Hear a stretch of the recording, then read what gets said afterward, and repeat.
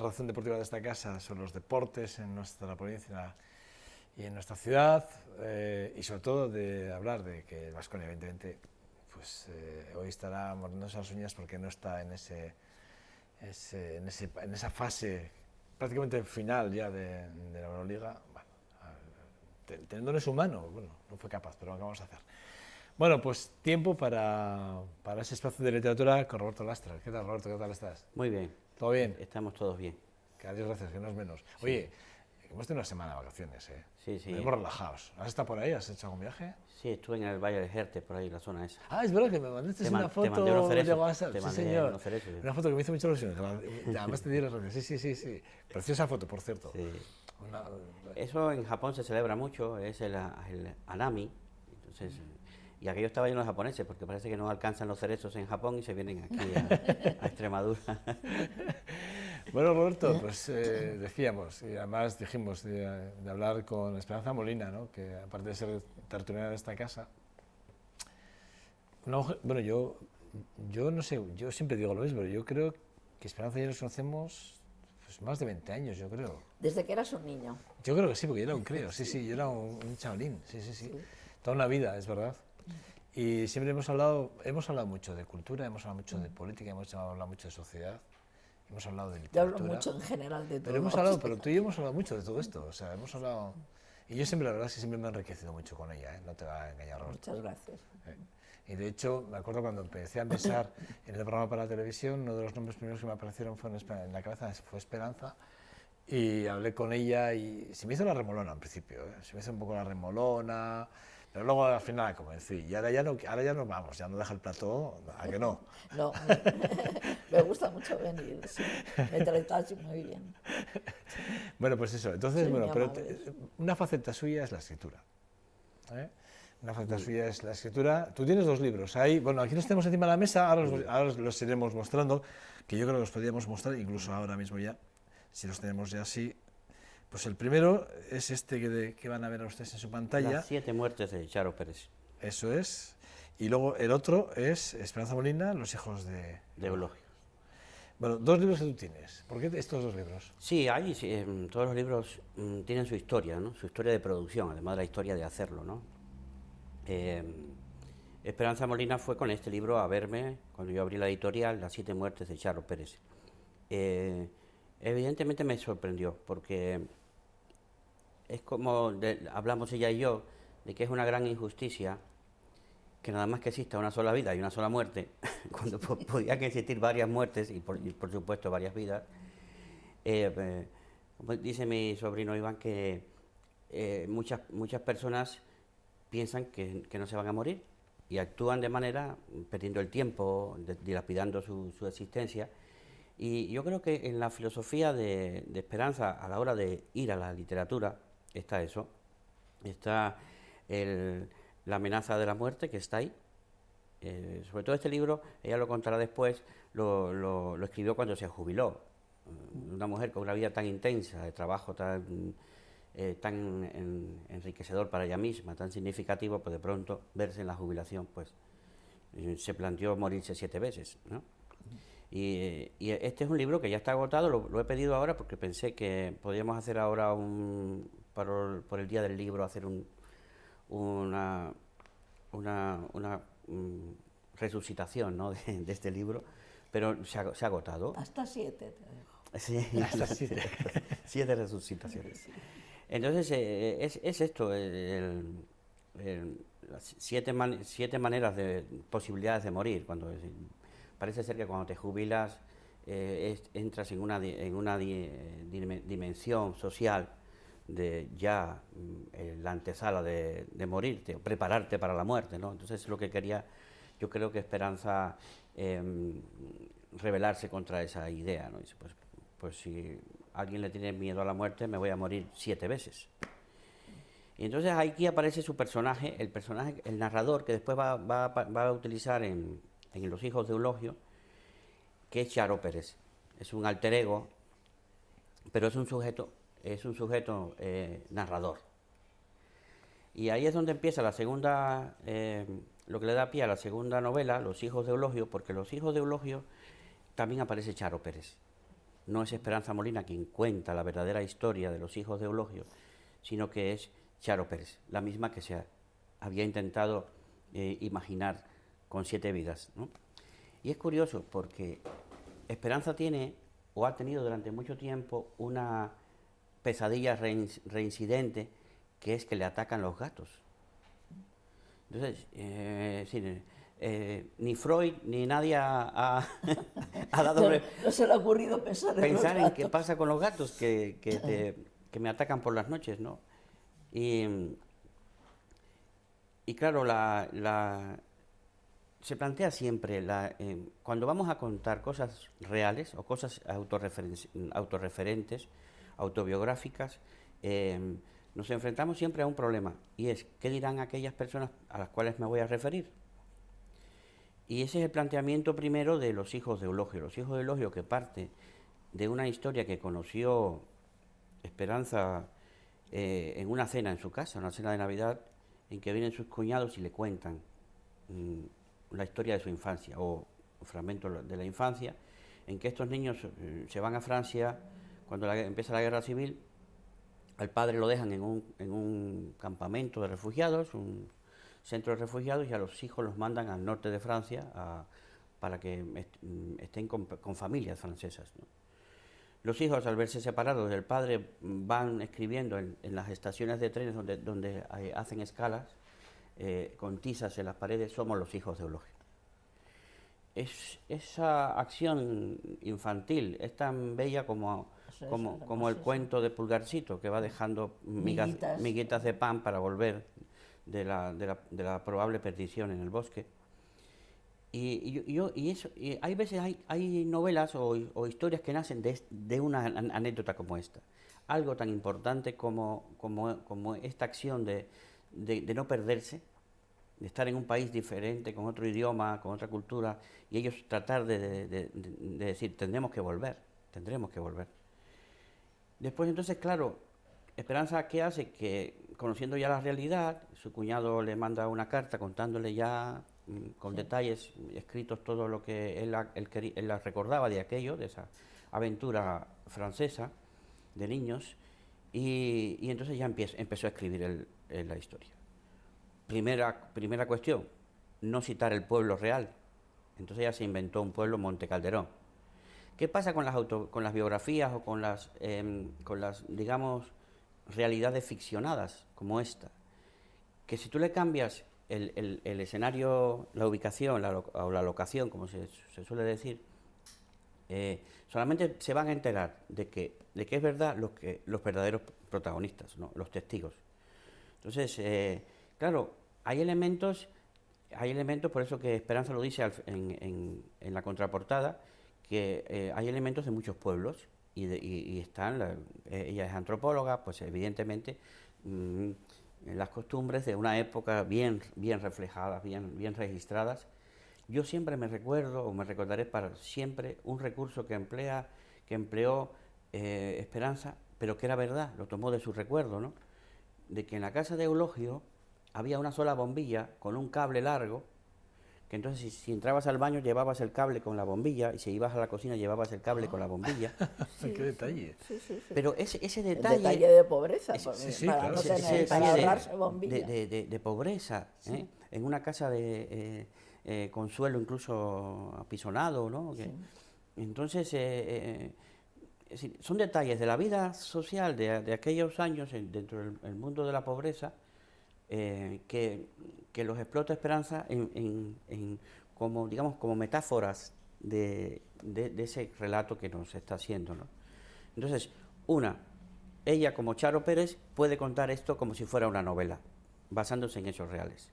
Es ella desdoblada en ese narrador, que es un narrador que va investigando el pasado de la familia de su esposo.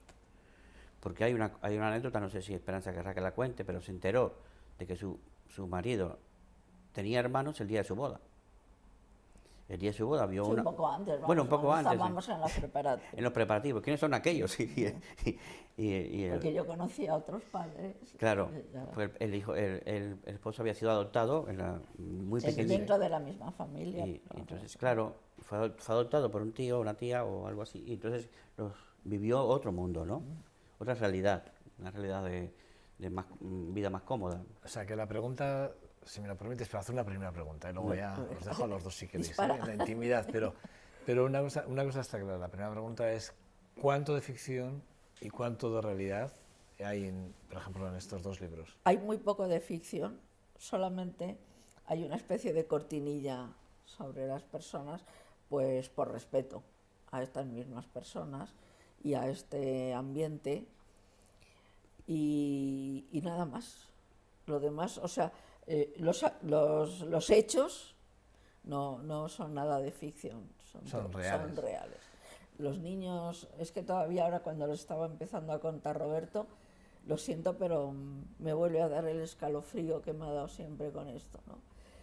Aquí el padre, bueno, en la derrota separado de los hijos y tal, hijos que desaparecen, hasta allí han llegado con unas calamidades tremendas, han llegado hasta allí y no saben nada los unos de los otros. Entonces, cuando le preguntan al padre en el campo de concentración, porque era un campo de refugiados de concentración, le preguntan, a ver qué necesita usted o qué desea, porque eso lo iban haciendo. Por ejemplo, a mí me contaban ellos que a lo mejor iba un médico francés y decía, a ver, ¿cuántos colegas hay aquí? Y entonces él se encargaba un poco de recolocarlos o lo que fuera. Pues el señor Visoro, el padre de mi marido, era ferroviario. Y entonces, pues ya y claro, eso fue muy importante porque era entre sindicalistas, era la solidaridad del oficio, todas esas cosas. Y dijo, bueno, ¿qué es lo que quieres? Y él decía, encontrar a mis hijos. Entonces les dio las explicaciones, los había cogido a la Cruz Roja y tal. Y alguien le comunica, pero si yo he visto en las estaciones de tal, de tales recorridos, de tal recorrido, he visto que ponía somos los hijos de Eulogio en tiza.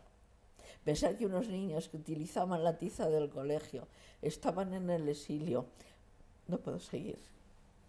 Sí, porque además en la novela, que siempre aclaramos que es una novela, porque aunque esté basada en la realidad misma, en la vida misma, pues tiene la estructura formal de una novela.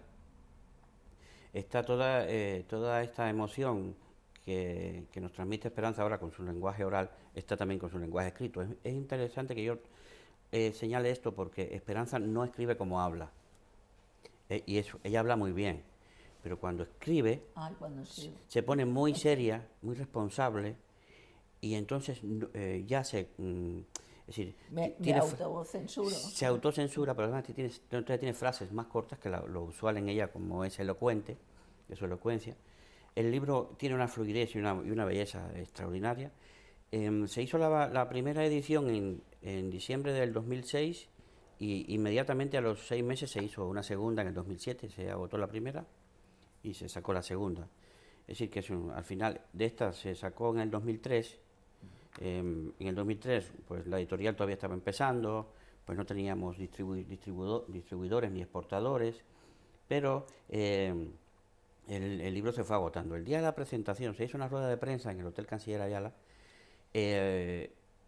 una rueda de prensa, y se dijo que al día siguiente se iba a presentar allí mismo, ¿no? Una sala que nos dejaron de una capacidad para 40 personas o así. Bueno, pues yo llevé, pues la sala era para 40 personas, yo llevé 50 libros. Aquello se llenó, se vendieron los 50 libros. Tuve que mandar a una chica con un coche al almacén a buscar más libros. Quiere decir que siempre, como había salido en el periódico también, pues fueron personas que no habíamos ni invitado, pero interesadas por esta historia de la vida y de la muerte, es decir, siempre estamos con esto, la imposibilidad de la muerte, porque es quizá también una invención.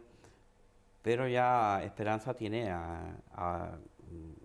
no una obsesión con esa idea de la muerte, pero sí está siempre pensando de que eso, la muerte es una posibilidad, como decía Heidegger, es una más Es una más. de ser, ¿no? Del ser. Y ahora, Una ahora vez cuando he tenido las revisiones en Txagorritxu y eso, y he tenido una experiencia dura, pues el cardiólogo, que es muy amable y muy empático, pues me decía, bueno, de todo esto que ha pasado, ¿qué experiencia le ha quedado o qué es lo que resaltaría? Digo, pues que ya no me cabe duda de que soy mortal. Y entonces me dice, hombre, ha tardado usted un poquito en darse cuenta.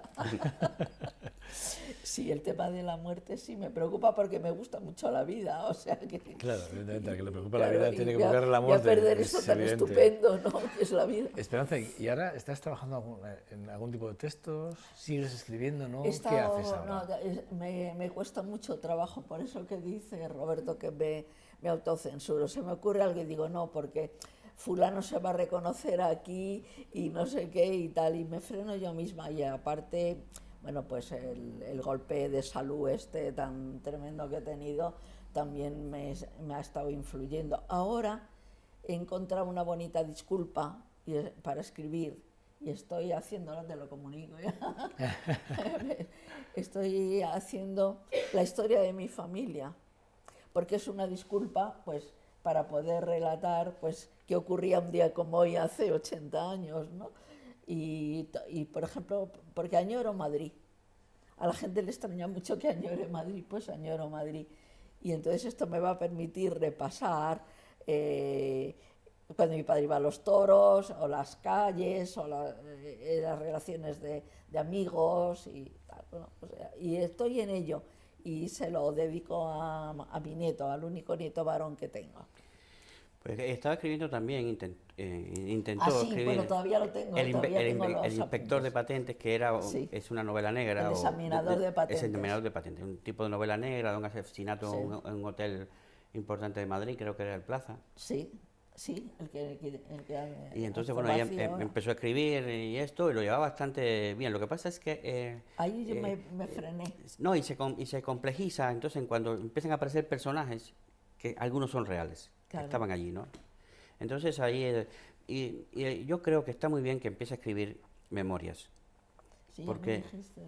porque en esto que hemos Ah, estado... parte de aquí. sí, parte de ahí, Sí. por supuesto. Parte de aquí. Sí, Lo que hagas una autobiografía, textos autobiográficos, testimoniales, porque como hemos estado hablando en estos días, en estos programas pasados, de la vida líquida, del Sí, olvido, sí, la sí. necesidad de recuperar Sí. la esencia de la sociedad humana,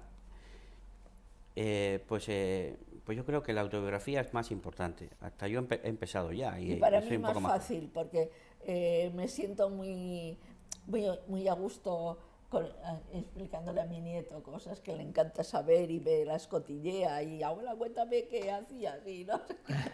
Entonces yo me refugio en eso de alguna manera para ponerlo como disculpa para lanzarme a ver, Pero fíjate a que ver es muy... si me suelto. Pero que es muy interesante, cuando Margarille Duras escribió El amante de la China oriental, Sí. fue enseñándole a su hijo fotos de su niñez. Entonces las puso sobre la cama y entonces al contarlas se estaba contando en presente. Aquí estoy yo con mi vestido amarillo, este es el puente, aquí me ves, aquí estoy. Y entonces se dio cuenta que podía narrar su vida a partir de imágenes, de fotografías, y narrarlo en presente. Es decir, el recurso de la fotografía le dio esa estructura formal para hacerlo, Para ¿no? narrar, sí, Entonces, el sí, sí. recurso de contarle al nieto también es... es decir, es como si yo quisiera que recordaras cómo éramos antes y cómo vivíamos y qué hacíamos. Sí, sí. Y me estoy gustando. me estoy gustando. Cosa que con la novela, mira que tenía ganas de escribirla, ¿eh? Sí. Porque el tema yo tengo un hijo que es examinador de patentes, ¿no? Y es tan interesante el trabajo que tiene y tan bonito y tan especial que me tentaba alguna forma de...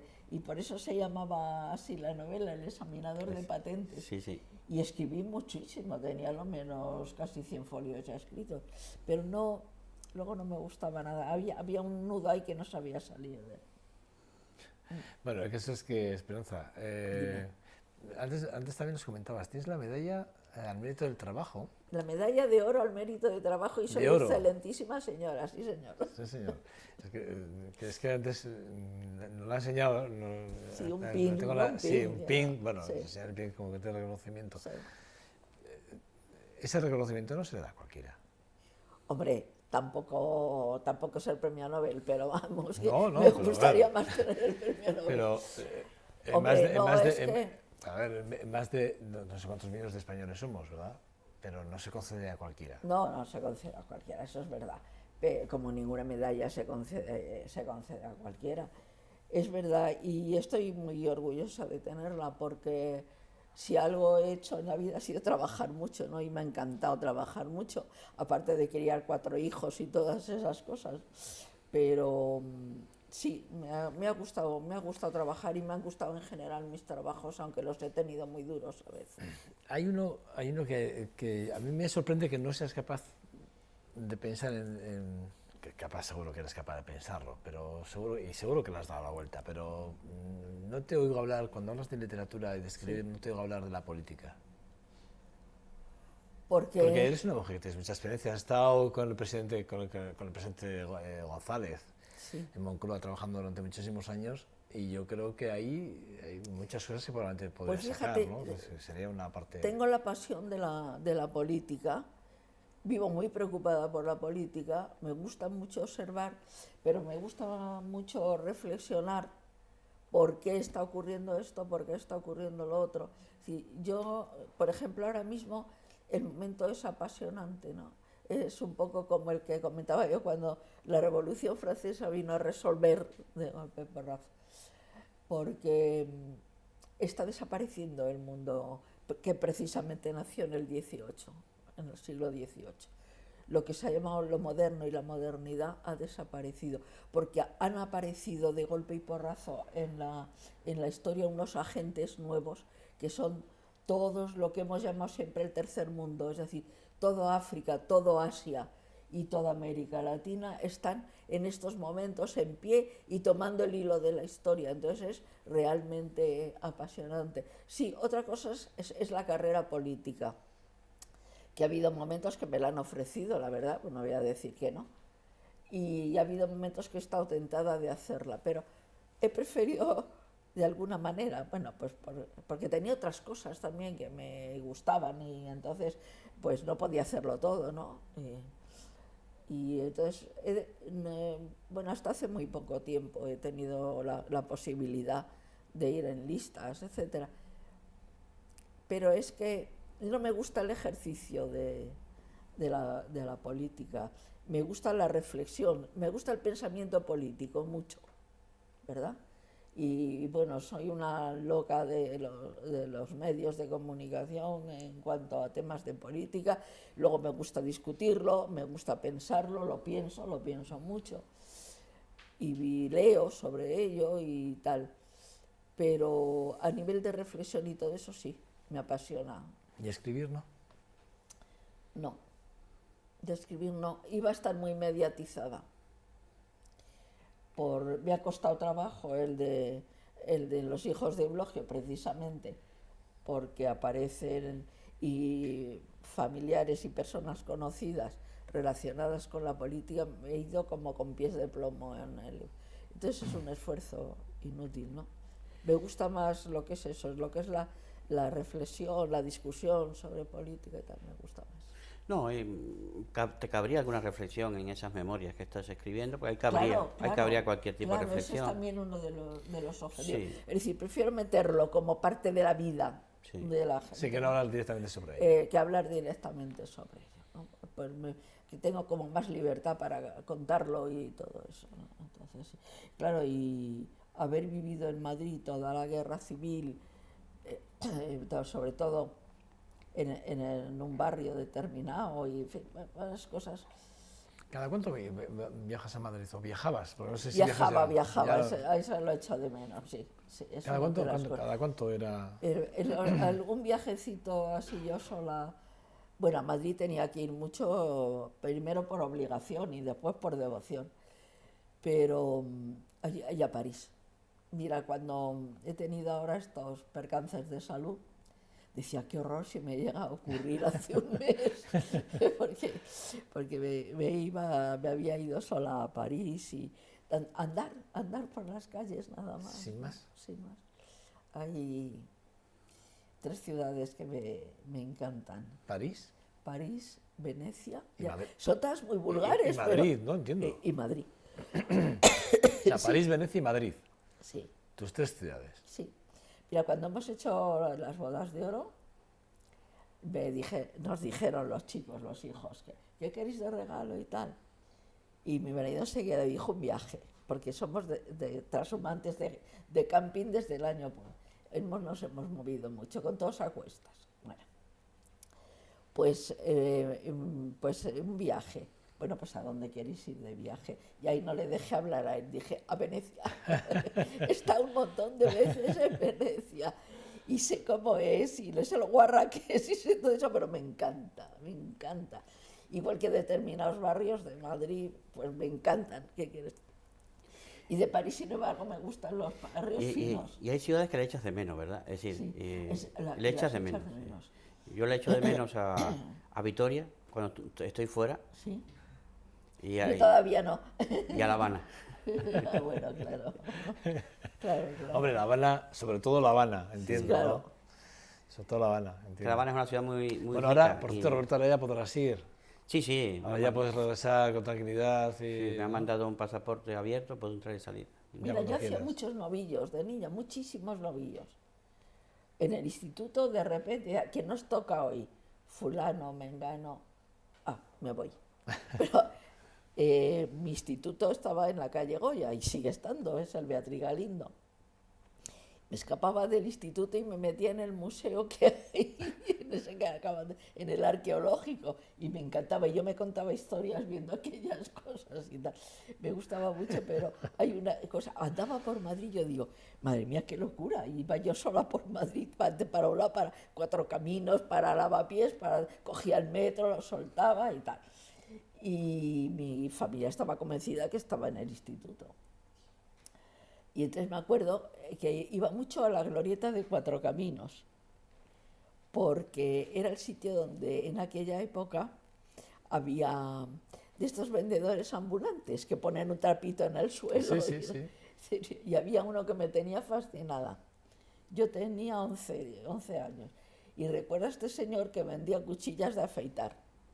Y decía, los angelitos del cielo quisieran ser angelotes para poderse afeitar con este magnífico lote. Me encantaba. Y decía, ay, este señor es un poeta, porque pegaba los... Rimaba. Y decía, pegaban, es que le pegaban. Pues fíjate que una vez Esperanza me dijo, cuando coincidamos en Madrid juntos te voy a llevar por unos bares donde ponen unas cañas bien tiradas, ¿no? Así. Y ahora se me ha ocurrido una cosa, ¿por qué Y llevarme a Madrid. no tomamos un pretexto de ir a presentar de nuevo, pero esta vez en el Círculo de Bellas Artes, Los Hijos de Ahí Eulogio? sí, el Círculo Y de ahí nos Bellas vamos a tomar las Artes. cañas esas que me prometiste. Oye, pero me invitaréis a mí. Sí, Me invitaréis, digo yo, ¿no? sí. Hombre, estás invitado, cosa hecha. Eso podemos hacer Eso unos- no se y vosotros también todos. Una ronda, niño. Eso que tú me es dices mentira. cuándo quieres, cuándo te parece bien, y nos vamos a Madrid. Yo te lo organizo ahí en el Círculo de Bellas Artes. Y En la terraza de arriba. bueno, primero abajo y después en la Hombre, terraza. se hace bueno arriba, Fíjate, ya allí, todo a arriba. mí me veo yo, antes, ahora ya no, con una vitoriana. El Museo de Bellas Artes, la parte de arriba es preciosa, ¿eh? Para Sí, disfrutar, es la está- terraza, además es que Además controlas todo. con esas controlas calles, todo. ¿no? Es Sí, un bueno, palacio es que- que hay es que cercano. estás en Con la un iglesia lugar, de San además- José y las Calatravas Claro, es que estás en enfrente. un sitio, vamos, o sea... Sí, sí. Y antes de terminar, Esperanza también escribió otro libro, publicó otro libro. Sí, porque iba a que se decir yo que llamaba- no son dos, son tres. Sí, Aquí tenemos dos. sí. El otro que publicó en Madrid eran Los otros madrileños. Nosotros, pero esa era la tesis La tesis doctoral. La tesis Sí. doctoral. Pero es un libro Esa muy, era la muy tesis importante. doctoral que, bueno, pues yo en un círculo de Madrid, no sé si el Casino, así ya no me acuerdo, di una conferencia que la llamé Los otros madrileños. Y entonces hubo un señor, bendito señor, que era editor, y me dijo que estaba interesado y tal, pero claro, lo que no podía es atiborrarla con las fuentes, con la bibliografía, eso, sino dejar el jugo, lo que era el libro. Y sí estoy muy orgullosa de ese libro. Ese libro es para mí muy serio. Bueno, Esperanza, gracias. ¿Qué te voy a decir? Gracias a vosotros. ¿Qué te voy a decir? Es un Con lo que a mí placer. me gusta hablar. Sí, sí, bueno, pero... Es esa oportunidad. No, pero hoy además, Roberto, sobre todo gracias a ti. Porque una pregunta que os voy a hacer, ¿cómo fue ese, cómo llegaste uno al otro? No, yo cuando abrí la editorial, pues... Que tenías también cuadros. y cosas. tenía, sí, y entonces lo publiqué en el periódico, pues, donde yo estaba, lo que podíamos hacer, y Esperanza lo leyó, y fue a verme con las 7 muertes de Charro Pérez. Después estuvimos un año un poquito haciéndole taller a los hijos de Eulogio, ella venía, leía capítulos, ¿no? Íbamos un poco, hice como una dirección, ¿no? De agente literario, dirigiéndole más o menos qué yo pensaba, cómo se iba a estructurar, porque es lo Sí, que... nos veíamos cada 15 días. Sí, nos así, veíamos cada 15 yo días. le llevaba los deberes. Sí. Sí. Sí, y todo. Bueno, pues nada, gracias a los dos. A ti te espero el martes que viene, y a ti martes. también. Sí, porque espero que coincidimos sí. martes, pero en, Sí, yo en otro diferentes horario. horarios. Sí, Sí, En diferentes horarios. Pero Pues gracias a vosotros No, siempre por brindar esta nosotros muy oportunidad. agradecidos a vosotros.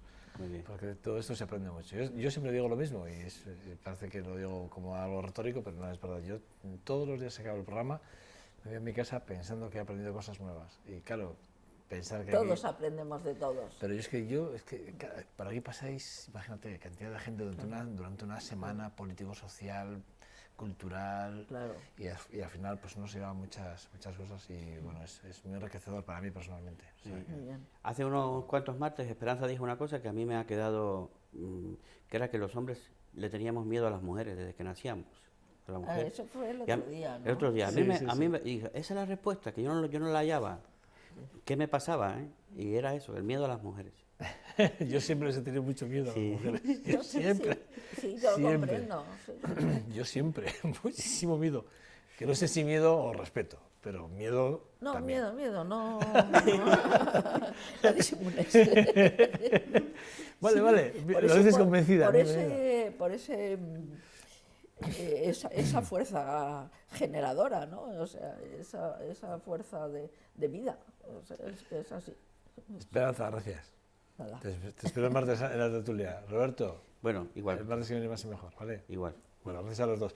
Bueno, ustedes nada, una pausa muy breve, súper breve, y vamos a hablar de música. Y lo vamos a hacer con bueno, es un chaval súper joven, muy didáctico, créanme, muy didáctico, compositor, ayudándonos a arreglista, estudiante de música. Y es, si luego dudas, el que hizo, si luego dudas no, la sintonía de este programa es suya. Con David Juárez, vamos a hablar en 2 segundos. Hasta ahora.